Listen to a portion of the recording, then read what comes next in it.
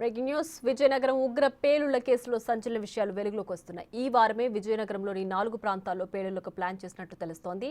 Slum ఏరియాలో 4 చోట్ల పేలుళ్లకు plan చేశారు. దిల్సుఖ్ నగర్, కోటిలోని గోగుల్చాట్ల తరహాలో పేలుళ్లకు ప్లాన్ చేసినట్లు విచారణలో తేలింది.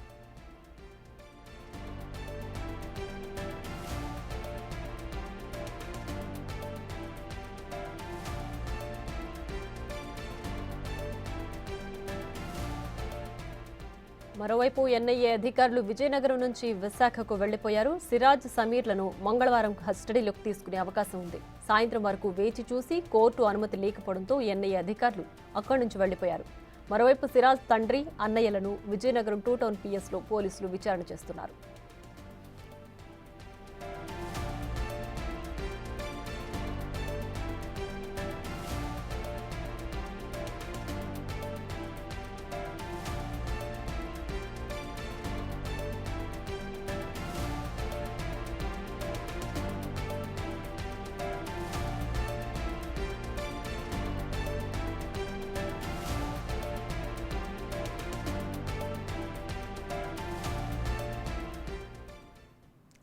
దీనికి సంబంధించి పూర్తి సమాచారం మా ప్రతినిధి శివశంకర్ అందిస్తారు. శివశంకర్, చెప్పండి.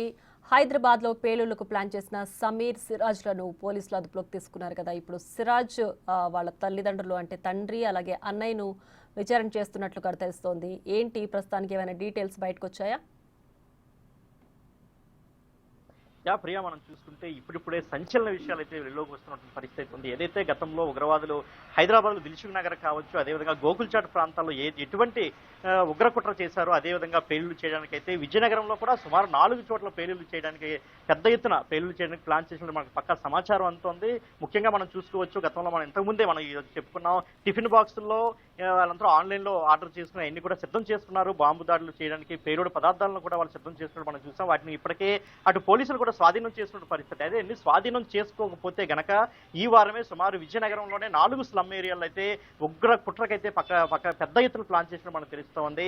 పెద్ద ఎత్తున అంటే అటు మత విద్వేషాలను కూడా రెచ్చగొట్టడానికి అయితే ఏదైతే పహల్గాం దాడి మనం చూసాం, మత విద్వేషాలను ఏ విధంగా రెచ్చగొట్టారో ఆ విధంగానే విజయనగరం ప్రాంతంలో ప్రశాంతంగా ఉండే విజయనగరం ప్రాంతంలో కూడా అదే స్థాయిలో ప్లాన్ చేసినట్టు మనకు తెలుస్తోంది. మత విద్వేషాలు రెచ్చగొట్టడంతో పాటు పెద్ద ఎత్తున ప్రాణ నష్టాలను కూడా కలిగించడానికి ఉగ్రవాదులు ప్లాన్ చేసి తెలుస్తోంది. కేవలం సిరాజ్, సమీర్ ఇద్దరు మాత్రమే పెద్ద ఎత్తున ప్లాన్ చేశారు. ఏదైతే సౌదీ అరేబియాలో వీళ్ళ ఒక సంస్థ ఉందో వారి యొక్క సూచనలతో పూర్తి స్థాయిలో పెద్ద ఎత్తున ఉగ్రకుట్రకైతే ఈరోజు ప్లాన్ చేసి తెలుస్తోంది. మరోవైపు మనం చూసుకుంటే ఇప్పటికే సిరాజ్ తండ్రి ఎవరైతే ఏఎస్ఐ విజయనగరం రూరల్ స్టేషన్లో ఏఎస్ఐగా పనిచేస్తున్నారు రెహమాన్ కావచ్చు, ఆయన సోదరుడు ఇక్కడే ఎస్టీఎఫ్ పోలీసులు కూడా పనిచేస్తున్న పరిస్థితి. వాళ్ళిద్దరిని కూడా ఇప్పటికే పోలీసులు పిలవడం జరిగింది. వాళ్ళిద్దరూ విజయనగరం 2 టౌన్ పోలీస్ స్టేషన్లో ఉన్నారు.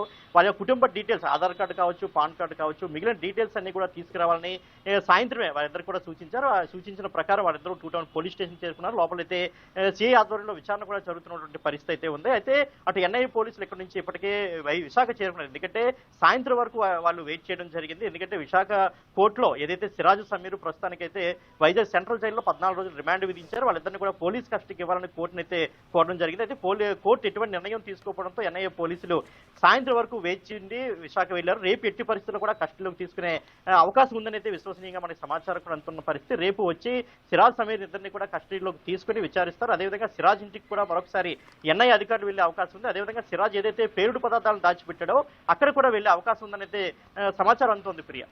Right Shivashankar, thanks for the updates.